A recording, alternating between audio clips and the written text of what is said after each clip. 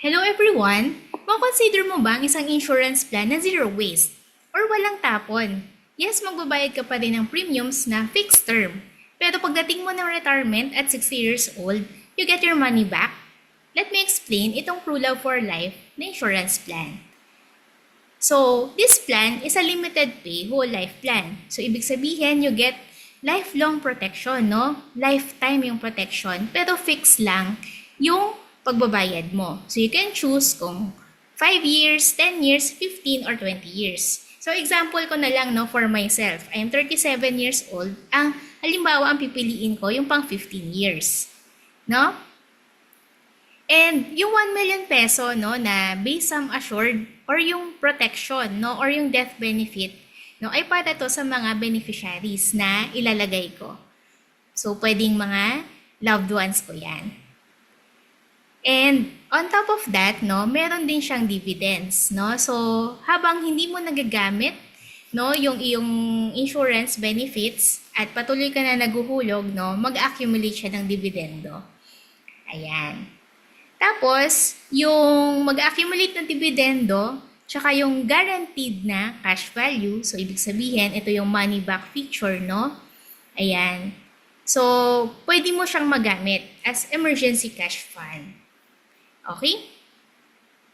So, sa loob ng 15 years, no, ang iyong paghuhulog, no, ay level or ibig sabihin, fix yung iyong premiums. No? Pwede kang pumili, no, kung monthly, quarterly, semi-annual, or annually yung hulog mo.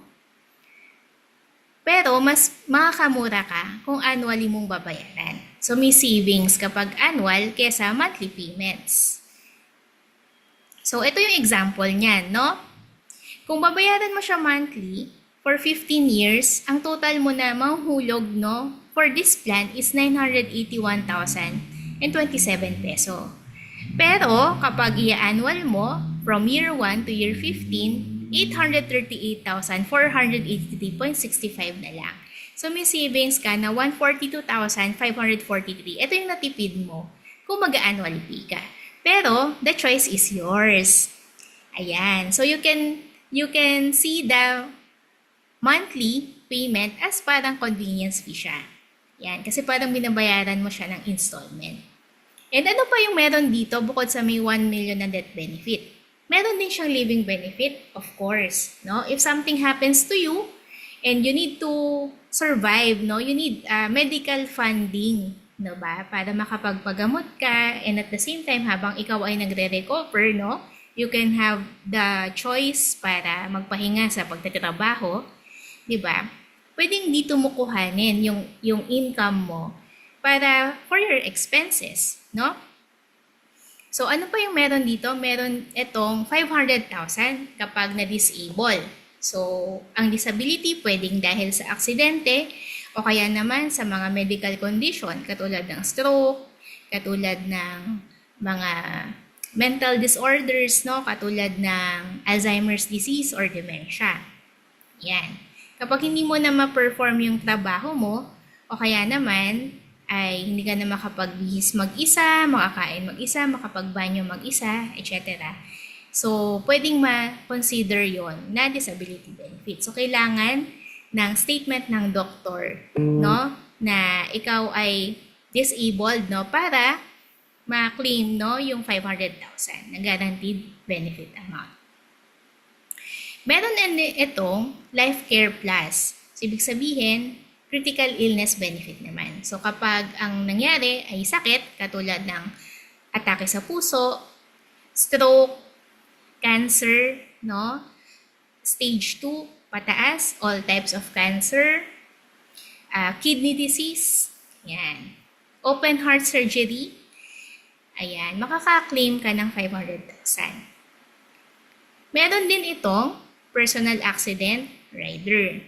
So, kapag aksidente yung nangyari, so meron ka ditong 500,000 kapag ang cause ng death ay aksidente. So, ipa-plus yun dun sa 1 million. So, you have guaranteed 1.5 million.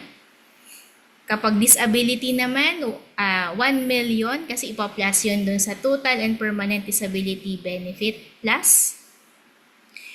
Meron din itong medical reimbursement, no? Accidental medical reimbursement. So kapag ikaw ay na-ER due to accident, katulad ng kagat ng aso, aksidente sa sports, ayan.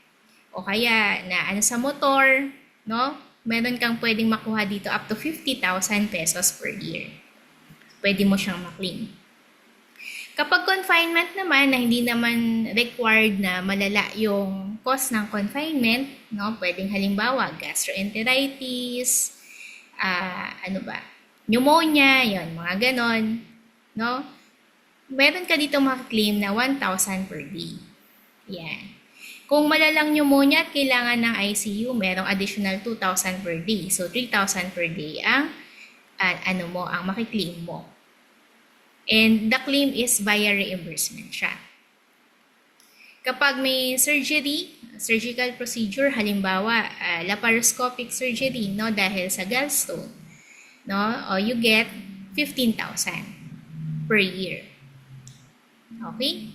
And lastly, kapag na-consider na disabled, no, in the 15-year term na ikaw ay naghuhulog, no, during that time or within that time, no, ay i-waive ni Pru yung pagsisingil sa'yo ng premium. So, ibig sabihin, hindi ka na magbabayad ng premium mo, pero insured ka pa rin. At guaranteed na, tapos na yung term, o fully paid na yung plan mo. No? As long as may waiver ka dahil sa disability. Okay? And ito naman yung sabi ko sa inyo na potential na money back. No? Ang plan na ito ay nag-accumulate siya ng cash value. So, ibig sabihin, unti-unti, no, over time, binabalik ni Pru yung premiums na kinuhulog mo. So, unti-unti.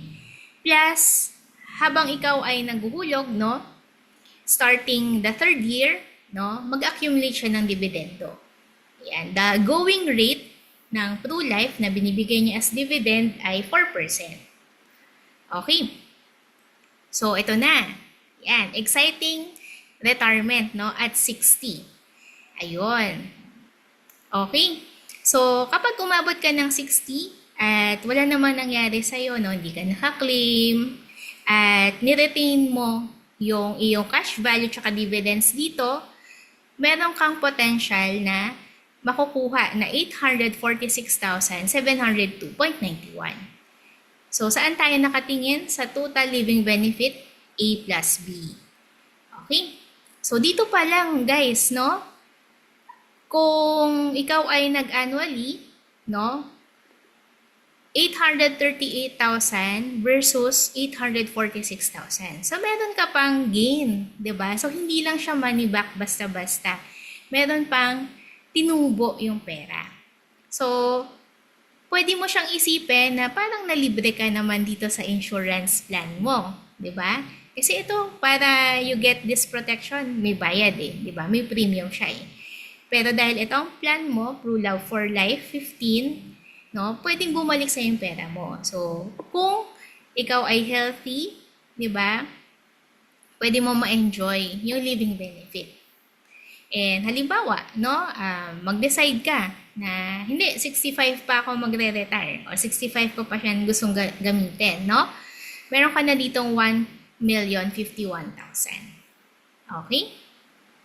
Tapos, meron ka namang option na i-retain mo yung mga insurance benefits mo, tapos kunin mo lang kahit yung mga ibang dividends, no? Pwede naman din 'yon. Okay? So if you want to know more about this plan, no, para to sa mga trentahin or sa pa-40 na, no, katulad ko, perfecto sa inyo. Kung naghahanap kayo ng insurance plan na walang tapon, zero waste, ayan, bagay na bagay ito sa inyo. So, comment down below if you want to set a meeting with me para magpa-customize po kayo ng ganitong proposal. So, marami pong salamat!